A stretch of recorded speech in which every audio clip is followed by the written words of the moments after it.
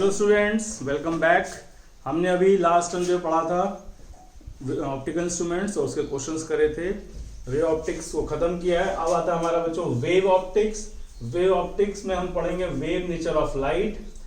पहला प्रिंसिपल आपका यहाँ पे हाइड्रोजन प्रिंसिपल, देन आपका आता है इंटरफेरेंस। इंटरफेरेंस कॉमन प्रिंसिपल बच्चों साउंड और लाइट दोनों में, पर हम यहाँ पे पढ़ेंगे interference of light. Then is your diffraction, again a common principle between light and sound. Polarization phenomena which is possible only in a transverse wave। ठीक है, तो स्टार्टिंग विद हाइड्रोजन प्रिंसिपल। तो जो हाइड्रोजन प्रिंसिपल के कुछ points हैं, hydrogen supports wave nature of light, light का wave nature को सपोर्ट करता हुआ हाइड्रोजन प्रिंसिपल दिया गया था। तो इसमें कुछ पॉइंट्स हैं, इन पॉइंट्स को आप अच्छे से समझ लेंगे बच्चों, तो जो आगे हाइड्रोजन ने प्रूव किया था लॉ ऑफ रिफ्रैक्शन और लॉ ऑफ रिफ्लेक्शन, वो बहुत अच्छी तरह समझ में आ जाता है। तो हाइड्रोजन प्रिंसिपल का पहला पॉइंट है कि लाइट जो है वो travels in a medium called as ether. ये एक मीडियम में चलती है, that is the name of that medium is called as ether. ये इनका अपना एक इमेजिनरी मीडियम था and he named it as ether. Now ether has properties that it is luminous, flexible, continuous and homogeneous. Luminous means when it glows in presence of light. Flexible means it is flexible, bend कर सकता है according to the motion of light. Continuous, it is continuous, कहीं कोई break नहीं है. And homogeneous means का composition is uniform, एक जैसा है. And the last point is light in the ether. इस medium में light travels in the form of wave fronts. Now, what is wave front? तो बोला गया इस medium में light wave front के form में चलती है. Let's see what is a wave front. तो जो वेव फ्रंट की डेफिनेशन है कि locus of all moving points moving in same phase is called as a wave front. यानी लोकस का मतलब मैथ्स में होता है बच्चों मूविंग पॉइंट। तो यानी यहाँ पे बोला गया कि अगर वो सारे मूविंग पॉइंट्स जो सेम फेज में मूव कर रहे हैं उनको जोड़ दें तो एक वेव फ्रंट बन जाता है। तो बच्चों इसको आप इमेजिन कर सकते हैं, वेव फ्रंट को इमेजिन कर सकते हैं कि जैसे आप एक पानी के पॉन्ड में या स्टिल वाटर में आप एक पत्थर मारते हैं तो वहाँ ऐसे पानी के छल्ले बन जाते हैं।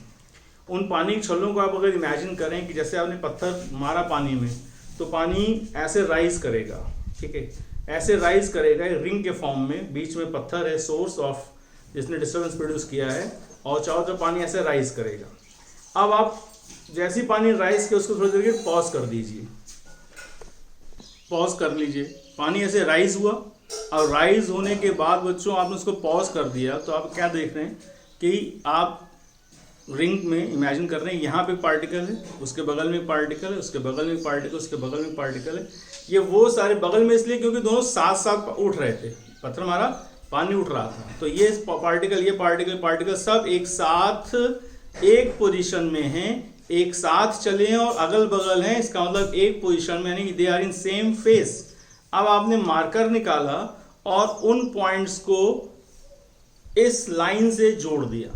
अब इस लाइन में जितने ही पॉइंट्स मौजूद हैं बच्चों वो क्या हैं, वो पॉइंट्स हैं जो मूविंग इन सेम फेस हैं। यानी मूविंग पॉइंट मतलब locus of all the points moving in same face. तो जो रिंग बन गई and the ring is carrying all the points moving in same face, तो this ring is called as one wave front. ठीक, इसके ऊपर थोड़ा सा आ जाओ, वहां पे पार्टिकल्स हैं, उनको भी आपने ऐसे रिंग से जोड़ दिया, that is another wave front. और ऊपर आ गए another wave front and so on. तो वेव फ्रंट के ऊपर जो भी पॉइंट्स हैं वो सारे एक फेस या सेम फेस में मूव कर रहे होते हैं। ठीक है, अब वेव फ्रंट की थ्योरी उन्होंने क्या दी कि वेव फ्रंट का ओरिजिन, वेव फ्रंट प्राइमरी क्या है, सेकेंडरी क्या है, टर्शियरी क्या है, उसको देखते हैं। तो जो वेव फ्रंट्स के बारे में देखें तो वेव फ्रंट तो समझ लिया क्या होते हैं ना। Primary wavefront produce secondary wavefronts, secondary wavefront produce tertiary wavefront produce quaternary wavefront and so on. Next point, in between the process of wavefront formation, wavelets are formed. wavefront के बीच में एक wavefront दूसरे wavefront के बनने के बीच के process में wavelets बनते हैं। अब ये wavelets बच्चों क्या हैं, तो wavelets are small energy और localized energy zones, और उनके when we envelop the extremes of wavelets we get a new wavefront। अब ये जितने पॉइंट्स लिखे हैं बच्चों ऐसे सुनने में समझ में नहीं आते हैं, इनको थोड़ा इमेजिन करते हैं। देखो this is the source S, पत्थर आपने पानी के साथ इमेजिन करेंगे, पत्थर मारा पानी में छल्ले बने, तो this is the source S। और लाइट के हिसाब से सोचो कि बल्ब है, तो यहां पे ये वो पॉइंट्स हैं जो सेम फेस में थे, यानी ये पॉइंट, ये पॉइंट, ये पॉइंट, ये सब क्या है, सेम फेस में। इनको हमने ऐसे जोड़ दिया इस लाइन से, तो this line is joining all the points moving in same phase, और मूविंग फेस यानी लोकस, मूविंग पॉइंट्स यानी locus, all the points in same phase, they are forming a wave front. ठीक, अब इसको कह दें बच्चों लोग प्राइमरी वेव फ्रंट, यानी 1 डिग्री। प्राइमरी को हम 1 डिग्री से दिखा रहे हैं, सेकेंडरी को 2 डिग्री से, टर्शियरी को 3 डिग्री से। तो in between the process of formation of primary to secondary, उसके बीच में बनते हैं वेवलेट्स। वेवलेट्स क्या होते हैं बच्चों? तो बोला गया these are the localised energy zones. इस पार्टिकल का अपना एक लोकलाइज्ड एनर्जी जो जोन है जिसमें इसमें डिस्टेंस प्रोड्यूस किया हुआ है, और इनको हम कहते हैं वेवलेट्स। और यहां भी बोला गया कि इनके एक्सट्रीम्स को, यानी कि वेवलेट्स के एक्सट्रीम्स को, यानी इनके जो एंड्स हैं, वेवलेट्स के जो एंड्स हैं, इनको एनवेलप कर दें। एनवेलप मतलब इनको जोड़ दें ऐसे, तो we get another wave front. ये बन गया हमारा सेकेंडरी वेव फ्रंट। अब इन पार्टिकल्स के अपने लोकलाइज्ड एनर्जी डिस्टर्बेंसेस हैं ये, तो इन्होंने ये वेवलेट्स बना दिए। अब जो इनके एक्सट्रीम को जोड़ दें तो बन गया टर्शरी वेव फ्रंट, और ये प्रोसेस बच्चों चलता जाता है। This is a tertiary wave front. तो this is the phenomena of primary, secondary, tertiary. Primary secondary बीच में वेवलेट्स, सेकेंडरी टर्शरी के बीच में वेवलेट्स। तो बच्चों वेवलेट्स होते हैं, इनको प्राइमरी वेवलेट्स या सेकेंडरी वेवलेट्स नाम नहीं दिया जाता, और इस तरह से प्रोसेस चलता जाता है। अब देखो लास्ट पॉइंट क्या है कि जो डायरेक्शन ऑफ वेव प्रोपोगेशन है, यानी जो लाइट का डायरेक्शन है, वो हमेशा इन वेव फ्रंट के साथ 90 डिग्री पर होता है, ऑलवेज परपेंडिकुलर, यानी कि c velocity of wave,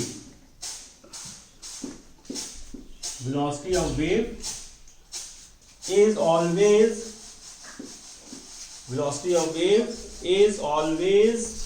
perpendicular। तो बच्चों wave velocity is always perpendicular to the wave front। ठीक है, जो वेव वेलोसिटी है वो हमेशा वेव फ्रंट के साथ कितना एंगल बनाएगी बच्चों? 90 डिग्री बनाती है, यानी कि जो इसकी डायरेक्शन ऑफ वेव है वो हमेशा वेव फ्रंट के साथ कितना एंगल बनाएगी बच्चों? 90 डिग्री। ठीक है, तो ये कुछ पॉइंट्स इनको आपको याद रखना है। इन्हीं पॉइंट्स के बेसिस पे हम लॉ ऑफ रिफ्रैक्शन यानी स्नेल्स लॉ और law of reflection, angle I equal to angle R को प्रूव कर देंगे बाय यूजिंग हाइजेंस प्रिंसिपल। तो जो देखें एक पॉइंट याद रखेंगे, when a wave travels from one medium to other, frequency and phase remain constant. तो वेव का फ्रीक्वेंसी और फेस में कोई चेंज नहीं होता, और यहां भी बच्चों ये फेस रिमेन कांस्टेंट पे हम और डबल स्टार बना देते हैं। याद रखें ये इंपॉर्टेंट कॉन्सेप्ट है, this is we are going to use in our next concept of proving law of refraction from Huygens principle. तो बच्चों देखिए लॉ ऑफ रिफ्रैक्शन पर थोड़ा सा देख लेते हैं। हालांकि ये रे ऑप्टिक्स का टॉपिक है, लेकिन क्योंकि हम स्नेल्स लॉ में हाइजेंस प्रिंसिपल यूज करना है तो देख लेते हैं। Law of refraction, first law कहता है incident ray, refracted ray and normal line on same plane. इसका सिंपल सा कॉन्सेप्ट है, जिस प्लेन पे इंसिडेंट रे हो रही है वहीं नॉर्मल बनाएंगे, वहीं से रिफ्रैक्टेड रे मिलेगी। सेकंड लॉ, ये थोड़ा इंपॉर्टेंट है, when light travels from rare to denser medium it bend to away from the normal, and when it travels from denser to rare it bend towards the normal। ठीक है, तो देखें second law, ये गलती से यहाँ पे अवे लिख दिया था, उसको करेक्ट कर लेंगे। when light passes from rare to denser medium it bend towards the normal, हम सबको मालूम 9 10 से पढ़ते आ रहे हैं, and when from denser to rare it bends away from the normal। यहाँ हमने गलती से भी rare away towards लिख दिया था, तो करेक्शन कर लो, फ्रॉम द नॉर्मल। और बच्चों ये जो स्टेटमेंट है सेकंड लॉ, ये लिया कहां से गया है? ये लिया गया है स्नेल्स लॉ से। तो ये जो रेयर से डेंसर में जा रही है, टुवर्ड्स द नॉर्मल हो जा रही है, डेंसर रे जा रही है, आगे हो जा रही है, ये बात हम थ्योरेटिकली तो याद कर ही लेते हैं, लेकिन एक्चुअली ये बात आती कहां से? बात आती है स्नेल्स लॉ से। तो हम एक्चुअली क्या करने जा रहे हैं, हाइजेंस प्रिंसिपल में स्नेल्स लॉ प्रूव करने जा रहे हैं। स्नेल्स लॉ प्रूव हो जाएगा तो सेकंड लॉ ऑफ रिफ्रैक्शन भी प्रूव हो जाएगा। तो थोड़ा सा देखते हैं स्नेल्स लॉ क्या है, और ये देखा जाए कि स्नेल्स लॉ से हम कैसे कह देते हैं कि लाइट रेयर से डेंसर जाती है, टुवर्ड्स हो जाती है, डेंसर हो जाती है, तो अब हो जाती है, कैसे हो जाता है ये थोड़ा सा और देखा जाए। तो देखो बच्चों, स्नेल्स लॉ ये हम सबको मालूम है, इंसिडेंट रे रेयर से डेंसर मीडियम में जा रही है, it will bend towards the normal.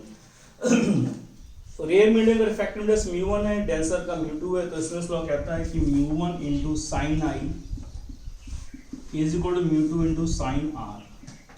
Now sin I upon sin R अब लिख दे इसको, it will become μ2 by μ1। और अगर हमने रेयर को एयर मान लिया तो μ1 हमारा हो जाएगा 1, और डेंसर को हमने दूसरा मीडियम माना तो उसको μ मान लें, तो μ by 1 रिजल्ट विल बी μ। तो स्नेल्स लॉ कहता है कि sin I by sin R is equal to mu, अगर second medium real medium air है तो, otherwise it is generally written as μ2 by μ1। और कैसे लिखते हैं हम, μ1 into sin I का product always equal to μ2 into sin R का प्रोडक्ट। अब इससे हम कैसे प्रूव कर ले जाएंगे कि लाइट रेयर से डेंसर जाने में टुवर्ड्स हो जाती है और डेंसर से रेयर आने में आगे हो जाती है, कैसे करेंगे ये और देखा जाए।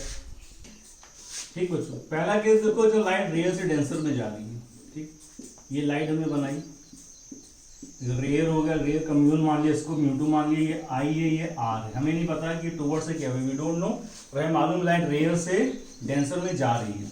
बस इतना याद रखना बच्चों कि डेंसर का रिफ्रैक्टिव इंडेक्स हमेशा रेयर से ज्यादा होता है। उसका रीजन क्या है कि रिफ्रैक्टिव इंडेक्स की डेफिनेशन C/V।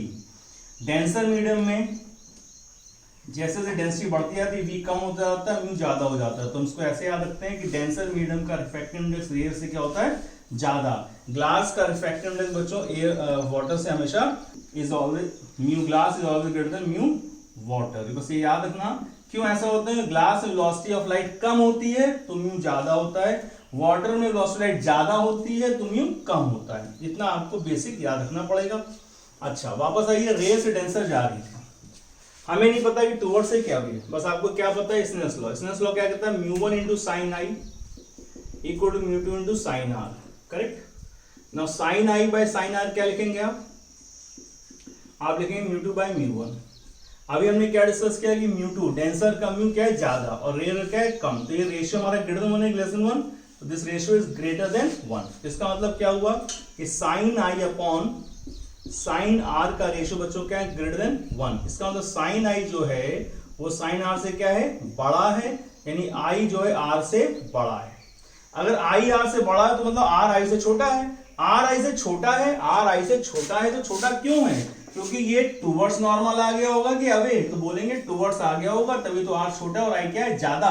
तो इससे प्रूव हो जाता है कि light when passes from rare to denser it bend towards the normal. And ये हमने प्रूव किससे किया, ये प्रूव हमने किया स्नेल्स लॉ से। किससे प्रूव किया, स्नेल्स लॉ से। तो that is the first thing कि लाइट रेयर से डेंसर टुवर्ड्स द नॉर्मल।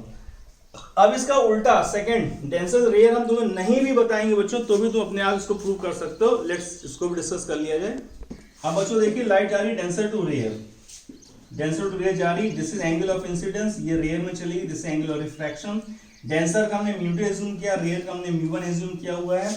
और स्नेल्स लॉ की मैं हमेशा की तरह फिर क्या लिखने वाले बोलो कि जिस मीडियम में है μ2 into sin I equal to इसमें μ1 into sin R। अब अगर हम यहां पे लिखें sin I upon sin R तो बच्चों क्या आ जाएगा, μ1 अपॉन μ2। और हमें मालूम है ये चीज रेयर का कम है, डेंसर का म्यू ज्यादा है, तो रेशियो क्या बच्चों, लेस देन 1। अगर लेस देन 1 है तो जाहिर सी बात है sin I is less than sin R, it means I is less but R is more. R is more means what, R ज्यादा कैसे हो गया, R ज्यादा इसलिए हो गया light is bending away from the normal. So it proves that कि denser से रेयर जाने में light away from the normal हो जाती है, रेयर से डेंसर टुवर्ड्स द नॉर्मल हो जाती है। और ये सारी बात किससे प्रूव होती है, ये है क्या, ये सेकंड लॉ है। और सेकंड लॉ प्रूव किससे हो रहा है, सेकंड लॉ प्रूव हो रहा है स्नेल्स लॉ से। तो if we are going to prove Snell's law anyhow, it means we are proving second law of refraction. So in हाइडल principle the law of refraction actually proves Snell's law. So let's see Hydel principle proving Snell's law, or it is proving law of refraction. Let's see. So let's see बच्चों law of refraction from Hydel's principle. तो क्या कहता है law of refraction? तो हमने सारी बात कर ली कि हम एक्चुअली Snell's law प्रूव करने जा रहे हैं। तो समझो जरा, बुक्स में बच्चों डायग्राम बना होता है और स्टूडेंट्स क्या करते हैं, डायग्राम को देख देख के मगिंग अप करते हैं, ये क्या है क्या नहीं है। तो बच्चों पहले जो हमने इसके पहले हाइजेन प्रिंसिपल के पॉइंट्स पढ़े थे, वेवफ्रंट की प्रॉपर्टी पढ़ी थी, उनको अगर आप याद रख सकते हैं तो आपका ये प्रूविंग नेक्स्ट 2-3 मिनट्स में खत्म हो जाती है, बस जस्ट लाइक दैट, तुरंत खत्म हो जाती है, पहले के कॉन्सेप्ट आपके अगर अच्छे से क्लियर है। तो बच्चों ये है इंसिडेंट रे, हमने 2 पॉइंट्स पकड़ लिए, ये दोनों पॉइंट्स जो हैं these are the points on a single wavefront AB। तो ये AB रिप्रेजेंटिंग वेवफ्रंट, और हमें मालूम है वेवफ्रंट बच्चों लाइट के प्रोपोगेशन के साथ कितना एंगल बनाता है, 90 डिग्री। लाइट का प्रोपोगेशन वेवफ्रंट के हमेशा परपेंडिकुलर होता है, हमने अभी डिस्कस किया था। दूसरी बात, लाइट जब एक मीडियम दूसरे मीडियम में जाती है तो फेज और फ्रीक्वेंसी में कोई चेंज नहीं आता। इस पॉइंट को देखते हुए हम चलते हैं कि ये मीडियम था एयर, ठीक, ये मीडियम है कोई और मीडियम, जैसे थोड़ा सा डेंसर होगा क्योंकि एयर से कुछ भी हो डेंसर ही होगा। तो यहां पे वेलोसिटी लाइट बच्चों है C और यहां वेलोसिटी है V, C and V। Velocity of light in air V, velocity of light in the given medium, ठीक। अब समझें, जब ये यहां से यहां पहुंचा तो फेज में कोई चेंज नहीं आएगा। तो लेट्स सी B से ये पॉइंट पहुंचा B डैश पर, इसने जो डिस्टेंस कवर किया बच्चों, क्या कवर किया, C into T. C into T कहां से आ गया, क्योंकि डिस्टेंस हमें मालूम है क्या होता है, वेलोसिटी इंटू टाइम। उतने ही टाइम में A पहुंचा यहां पर, A पहुंचा A डैश पर। तो तुम कहोगे सर A डैश आपने छोटा क्यों बनाया है, तो जाहिर सी बात है जब मीडियम बदल गया तो वेलोसिटी क्या होगी, थोड़ी सी कम हो जाएगी। तो वेलोसिटी कम हो जाएगी तो उतने टाइम में डिस्टेंस क्या कवर करेगा, कम करेगा। धीमे चलेगा तो वेलोसिटी जाहिर सी बात कम है तो डिस्टेंस भी क्या हो गया, कम। लेकिन हमें मालूम है मीडियम बदल जाता है तो फेस में कोई चेंज नहीं आता। तो B और A डैश अभी भी क्या है, दोनों सेम फेस में। The wavefront is A dash B dash inside the another medium, लेकिन दोनों क्या अभी भी सेम फेस में हैं, यानी कि अभी भी एंगल कितना बच्चों, 90 डिग्री। और ये दोनों क्या हैं, वही पॉइंट्स हैं जो पहले एक वेवफ्रंट थे, वेवफ्रंट AB पे थे, अब वही दोनों wavefront A dash B dash पर है, ठीक। यानी A dash A dash distance कितना बच्चों, VT, B B डैश कितना है, CT। अब देखिए प्रूविंग कैसे होती है स्नेल्स लॉ, समझो। This is angle of incidence I, this is angle of refraction R, क्योंकि सारे एंगल कहां से नापे जाते बच्चों, नॉर्मल से। अब देखो ध्यान से, अब यहां पे थोड़ा फोकस करो, ये I है टोटल 90 है, तो ये कितना बचा, ये बचा 90 माइनस I। अगर ये 90 माइनस I बच्चों तो ये क्या बचा, I, ठीक, बात समझ में आई। अब अगर देखो ध्यान से, ये R है तो ये कितना बचा, ये बचा 90 माइनस R। अगर ये 90 माइनस R है, ये 90, तो जाहिर सी बात ये कितना है, ये R है। अब आपको ट्राइंगल दिखाई पड़ने लगे, एक ट्राइंगल दिखाई पड़ रहा है, ट्राइंगल ABB डैश। यहां से अगर हम बोले बच्चों, इधर कोई 90 डिग्री है, साइन आई अगर बोले तो क्या बोलोगे, साइन आई परपेंडिकुलर अपॉन हाइपोटेन्यूज, यानी साइन आई आप बोलोगे परपेंडिकुलर इज CT और hypotenuse is AB dash, correct. अब बच्चों आप देखें ट्राइंगल, ट्राइंगल आप देखें A डैश B डैश। इस ट्राइंगल को देखें तो साइन R क्या लिखा हुआ बच्चों, साइन R लिखा हुआ है परपेंडिकुलर अपॉन हाइपोटेन्यूज, यानी VT अपॉन AB डैश, ठीक है, बस खत्म। इन दोनों का रेशियो कर दो, यानी किसका किसका, first divide by second, first divide by second कर दीजिए, क्या आएगा बोलो, हम बोलेंगे sine I upon sine R that is equal to CT upon AB dash, और साइन R में क्या लिखेंगे, VT upon AB dash. So AB dash cut गया, TT कट गया, तो क्या लिखा बच्चों, sine I upon sine R is equal to क्या लिखा है, C बाय V, और by definition C by V को क्या कहते हैं, रिफ्रैक्टिव इंडेक्स म्यू। यानी कि हम अल्टीमेटली क्या प्रूव कर ले गए, हम प्रूव कर ले गए स्नेल्स लॉ। और अगर हमने स्नेल्स लॉ प्रूव कर दिया तो बच्चों स्नेल्स लॉ ही क्या है, लॉ ऑफ रिफ्रैक्शन। तो ultimately what we have proved, we have proved law of refraction by proving Snell's law from Huygens principle।